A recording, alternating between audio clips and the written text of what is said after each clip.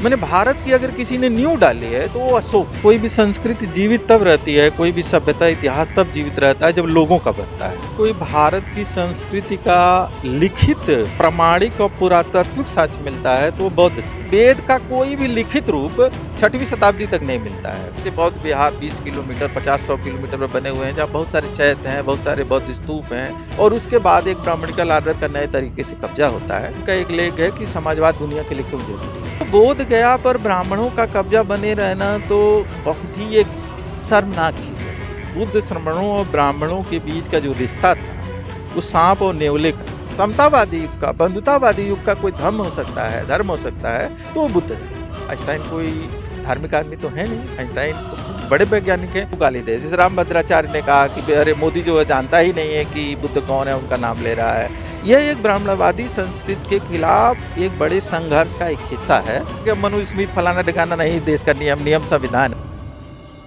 दोस्तों नमस्कार, आप देख रहे हैं इंडस न्यूज टीवी। मैं हूं संतोष शाह के। साथियों, बरेली में आज अहिछत्रा महोत्सव का आयोजन किया गया है, जिसमें हजारों की संख्या में लोग आए थे।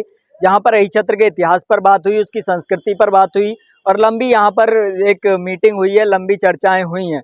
तो इसी विषय पर आज इस कार्यक्रम में आए हुए थे सिद्धार्थ रामू जी, जो वरिष्ठ पत्रकार हैं और लेखक भी हैं, और सोशल मीडिया के माध्यम से आप उनको पढ़ते भी रहते होंगे।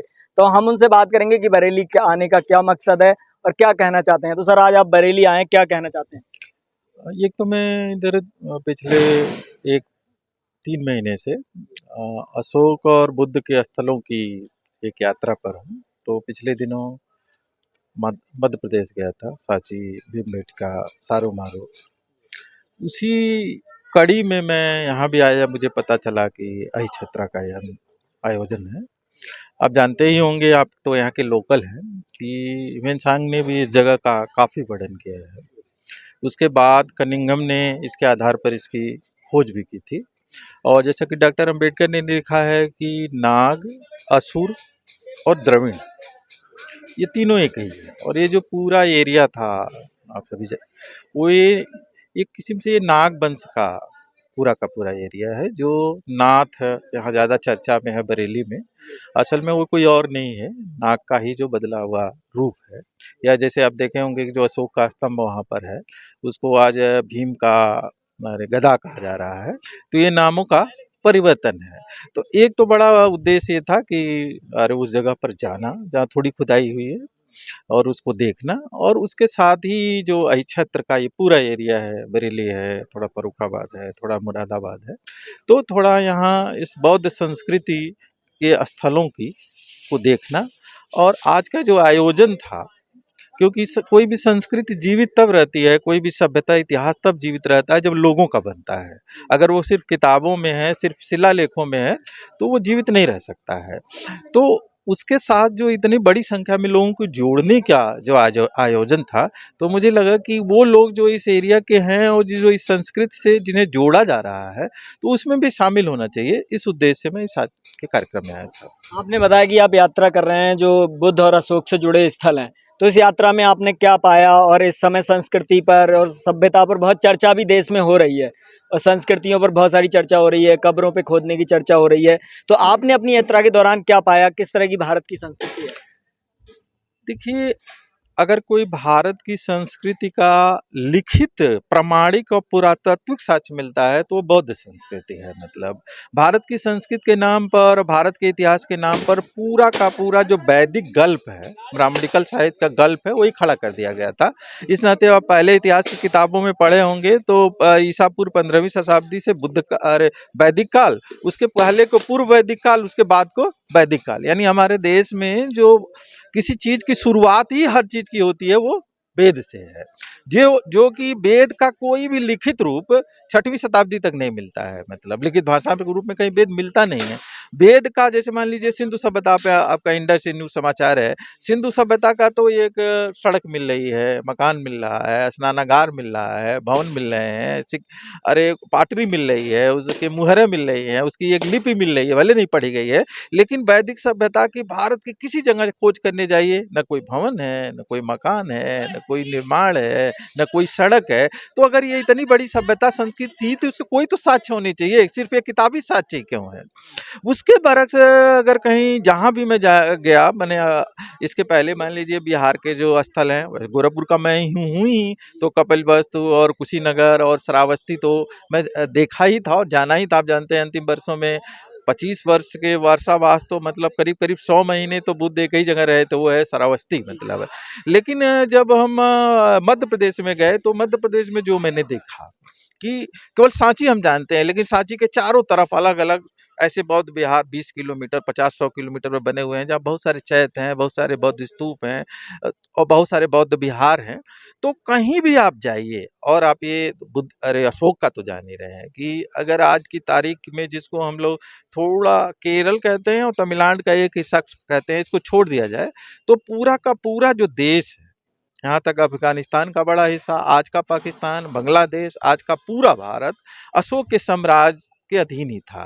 तो इसी नाते मैं जो किताब इस यात्रा का उद्देश्य एक अशोक पर किताब लिखना भी है। अलग अलग मैंने श्रावस्ती पर, कुशीनगर पर अलग अलग किताबों के साथ एक अशोक पर भी किताब लिखने की योजना है। तो उसका किताब का शीर्षक ही सूझता है कि the great Ashoka, father of Indian nation. मैंने भारत की अगर किसी ने नींव डाली है तो वो अशोक है, क्योंकि उसके पहले भारत न तो क्षेत्रीय तौर पे एकजुट है, न पूरे भारत में कोई शासन प्रशासन एक है, न कोई पूरे भारत में कर की न कोई व्यवस्था है, न शासन की व्यवस्था है, न जनता के लिए ऐसा कल्याणकारी राज्य की कोई व्यवस्था नहीं है। तो ये पहला अशोक हैं जिन्होंने भारत को भारत बनाया, जिसे आज हम भारत कहते हैं। यहाँ तक कि मुगलों की हम बात करते हैं, अंग्रेजों की भी बात करते हैं, लेकिन अशोक जैसे पूरा अफगानिस्तान कभी ब्रिटिश शासन के अधीन नहीं रहा। भारत के एक बड़े हिस्से पर अकबर का बड़ा साम्राज्य था, तब भी वो पूरे हिस्से को नहीं कर पाए थे। भारत के इतिहास का जो सबसे बड़ा शासन तंत्र है वो अशोक का है, और इस भारत की नींव भी अशोक ही ने डाली है। तो ये भारत और 7वीं 8वीं शताब्दी तक, जैसे हम लोग पहले बोलते थे तैसे बोलते थे, हजारों वर्षों से ब्राह्मणों का 6वीं 7वीं शताब्दी तक करीब करीब भारत बुद्धमय भारत है। और संघर्ष चल रहे हैं, ब्राह्मणी का लाडा पराजित करने की कोशिश कर रहा है, तमाम तरह से वो आगे बढ़ भी रहे हैं, लेकिन 6वीं 7वीं शताब्दी तक तो भारत बुद्धमय भारत है, काफी शीर्ष पर है। 1000 9वीं 8वीं के आसपास 1000 जाते जाते थोड़ी गिरावट आती है, और उसके बाद एक ब्राह्मणी का लाडर का नए तरीके से कब्जा होता है। तो लेकिन इससे दुनिया तो परिचित है। जैसे आज हम लोग बात कर रहे थे ना, जैसे मान लीजिए इस बात से हम परिचित हैं कि दुनिया के अब तक के सबसे बड़े वैज्ञानिक जो आइंस्टाइन हैं, वो ये उनका एक लेख है कि समाजवाद दुनिया के लिए क्यों जरूरी है। लेकिन इस बात से हम परिचित नहीं हैं कि 1930 में उन्होंने एक लेख लिखा था और न्यूयॉर्क टाइम्स में वो छपा हुआ था कि समाजवाद भी आ जाए, साम्यवाद भी आ जाए, दुनिया भी खूबसूरत हो जाए, तो एक मनुष्य के लिए मूल्यों के तौर पर, उसके मन के लिए, उसके स्पिरिचुअलिटी के लिए किसी ऐसे धर्म की जरूरत पर महसूस होगी। तो कहते हैं कि अगर उस वैज्ञानिक युग का, समतावादी युग का, बंधुतावादी युग का कोई धर्म हो सकता है तो वो बुद्ध धर्म है। वो पूरी तरह से आइंस्टाइन कोई धार्मिक आदमी तो है नहीं, आइंस्टाइन तो पूरी बड़े वैज्ञानिक हैं, लेकिन वो जितना महत्व समाजवाद को दे रहे हैं उतना ही महत्व वो बौद्ध धर्म को दे रहे हैं, और मनुष्य जाति के भविष्य के धर्म के रूप में बौद्ध धर्म को कह रहे हैं, क्योंकि इसमें कुछ कहने की बात ही नहीं। एकमात्र धर्म है जो परलोक की बात नहीं करता, किसी पराशक्ति की बात नहीं करता, यहाँ तक किसी अंतिम सत्य की भी बात नहीं करता कि कोई ऐसा सत्य है जो अंतिम है और वो बदलेगा ही। कोई चीज हर समय क्या है, बदल रही है। और जब वो तर्क की भी बात करते हैं कि तर्क कसौटी पर कसो, विवेक की कसौटी पर, तो उनकी अंतिम कसौटी तर्क नहीं है, विवेक नहीं है। अंतिम बात कहते हैं कि वो देखो कि बहुसंख्यकों के हित के लिए है कि नहीं, यानी उसके केंद्र में मनुष्य है, मतलब इंसान है, मतलब क्योंकि हम तर्क के लिए तर्क भी कर सकते हैं। तो बुद्ध से मेरे जुड़ाव का मतलब कोई, आप सभी के जुड़ाव का मतलब कोई अनुष्ठानिक नहीं है, कोई धार्मिक नहीं है, बल्कि एक बंधुतावादी, समतावादी, भाईचारे की, समृद्धि में सबके हिस्से की और एक गहरे किस्म के प्रेम की चाहत का मामला, बुद्ध की तरफ जाने का मामला है। सर, एक ब्राह्मणिकल ऑर्डर के द्वारा एक बात और कही जाती है कि बुद्ध जो है उन्हीं की कंटिन्यूटी में है। वो कहते हैं बुद्ध विष्णु के अवतार हैं, और भी बहुत सारी कथाएं सुनाई जाती हैं। बोध गया पर इसी तर्क को लेकर उन्होंने नियंत्रण भी किया हुआ है, जहां बुद्ध को ज्ञान प्राप्त हुआ था। तो इस आंदोलन को कैसे देख रहे हैं, चूंकि आप पूरे देश में भ्रमण कर रहे हैं, इस आंदोलन को भी समझ रहे होंगे। और ये जो बात कही जाती है कि बुद्ध जो है वैदिक काल के कंटिन्यूटी में या ब्राह्मण धर्म का से विद्रोह करके निकले हैं। देखिए, दो बातें हैं। ब्राह्मणी का दो काम एक साथ करता है। कोई भी जो वर्चस्व की आइडिया होती है, दो काम एक साथ करती है। एक तरफ तो आपको अपनी ताकत से तबाह करने को, खत्म करने की कोशिश करती है, और दूसरी तरफ अपने कुछ तौर तरीके ऐसे इख्तियार करती है जिससे आपको पचाया जा सके। मतलब आज आप देख रहे हैं ना, एक तरफ अम्बेडकर की वो रोज जाप भी करते रहते हैं, उनका नाम भी लेते रहते हैं, और दूसरी तरफ अम्बेडकर और अम्बेडकर के विचारों पर हमला भी करते रहते हैं। इसी नाते जहाँ तक बुद्ध के साथ उनके रिश्ते का सवाल है, पाणिनि ने जो व्याकरण लिखा है उसमें उन्होंने लिखा है कि बुद्ध श्रमणों और ब्राह्मणों के बीच का जो रिश्ता था वो सांप और नेवले का था।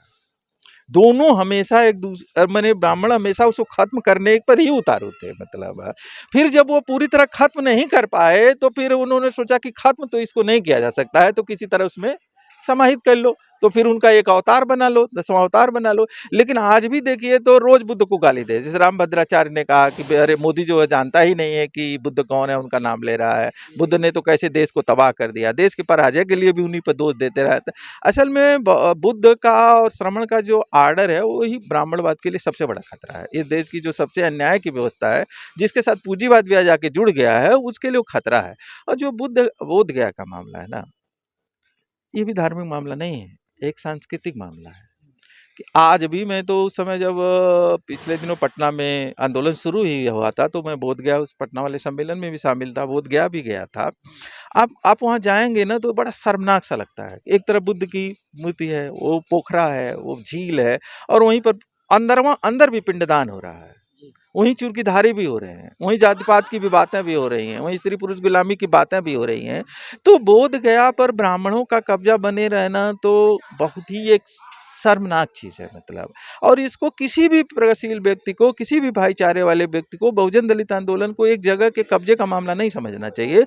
यह एक ब्राह्मणवादी संस्कृति के खिलाफ एक बड़े संघर्ष का एक हिस्सा है।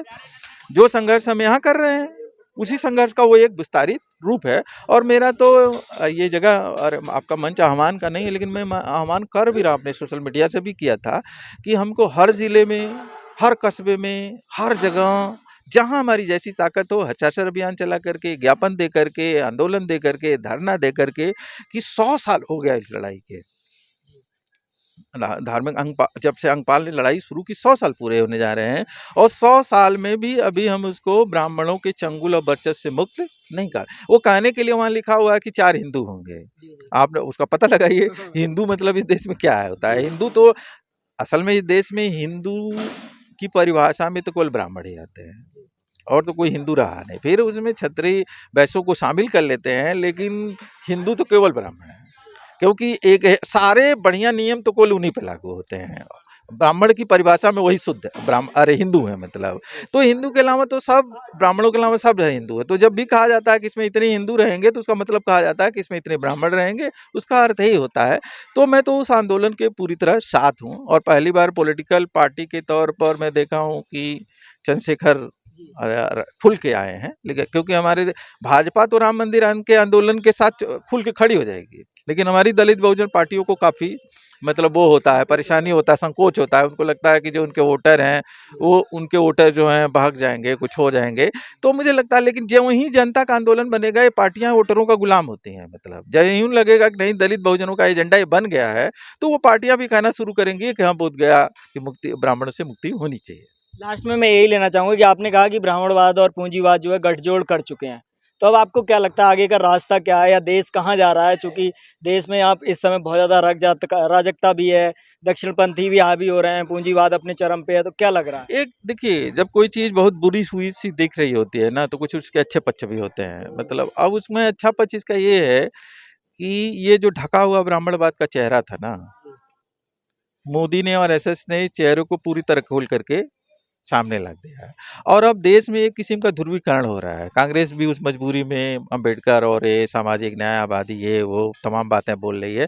अब दो ही समूह बचेंगे, आमने सामने होंगे। एक तरफ पूरी तरह ब्राह्मणवादी शक्तियां हैं जो आरएसएस भाजपा के साथ खड़ी होती दिखेंगी, भले आज हमारा वोट ले रहे हैं, और दूसरी तरफ दूसरी शक्तियां लेंगे। और ऐसा नहीं है, देखिए एक लंबा काल चला छठवीं शताब्दी जब हम कह रहे हैं तो सिंधु सभ्यता से आप देखते चले आइए और बुद्ध काल से देखते आइए छठी शताब्दी तक, तो 2000 2500 साल होता है ना।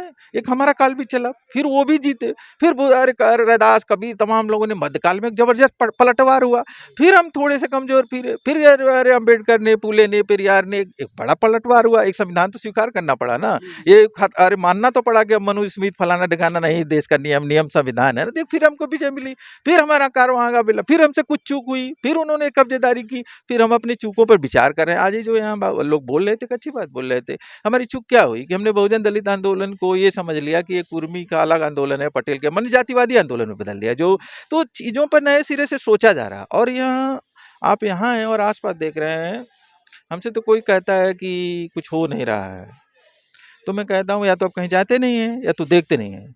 आप जिस आपको लग रहा है कि बरेली शहर में, और आप जिस शहर में चले जाइए, गोरखपुर चले जाइए, गाजीपुर चले जाइए, जौनपुर चले जाइए, कहीं भी चले जाइए, पता चलेगा कि अलग अलग मोर्चों पर अलग अलग दिक्कत बस इतनी हुई है कि जो अलग अलग धाराएं बह रही हैं, कितनाहू धाराएं बहें, जब वो एक नहीं मिलती हैं तो कोई बड़ी नदी नहीं बनती है। सारे सोते कहीं जाके सूख जाते हैं, और जब वो सारे सोतों का पानी एक जगह मिल जाता है तो बड़ी सी नदी बन जाए। इस समय सारे सोते बह रहे हैं, लेकिन अभी अब उसका मेल नहीं हुआ है, लेकिन वो इतना तेजी से बह रहे हैं और इतना गांव गांव देखिए अम्बेडकर फूले पेरियार चले जा रहे हैं, इतना विस्तार आपने कभी नहीं हो गए, विशेष लोगों का मामला नहीं रह गया है। तो ये लड़ाई भी काफी तेजी से विस्तारित हो रही है। जब बाढ़ आती है ना, तो शुरू में जब बाढ़ आती है तो उसका पानी धीरे धीरे फैलता है, और जब पूरा फैल जाता है तो थोड़ा ऊंचाई भी ग्रहण करता है। बहुत तेजी से फैल रहा है, थोड़ा थोड़ा ऊंचाई भी ग्रहण कर रहा है। ये भी मामला ज्यादा दिन का नहीं है। आपने मेरा लेखों पढ़ते हैं, आप कभी देखे होंगे मैं बहुत फ्रस्ट्रेट और निराश नहीं होता हूँ। मुझे लगता है कि ये लड़ाई है, थोड़ा कभी वो आ रहे कभी हम आ रहे, वो असत्य पर हैं हम सत्य पर हैं, जीत तो हमें होंगे ही। ठीक है, आज उनकी ताकत लिख रही है, लेकिन उनके सारे अंग प्रत्यंग, बुराइयां अच्छाइयां सब उनकी पता चल रही है, कौन किसके साथ है भी पता चल रहा है। तो आज थोड़ा उनका दिख रहा है, कल हमारा है। तो दोस्तों, सर का कहना है कि कल हमारा है और वो आज यहाँ पर आए और हमसे बात की, तो सर इसके लिए बहुत धन्यवाद। शुक्रिया शुक्रिया शुक्रिया।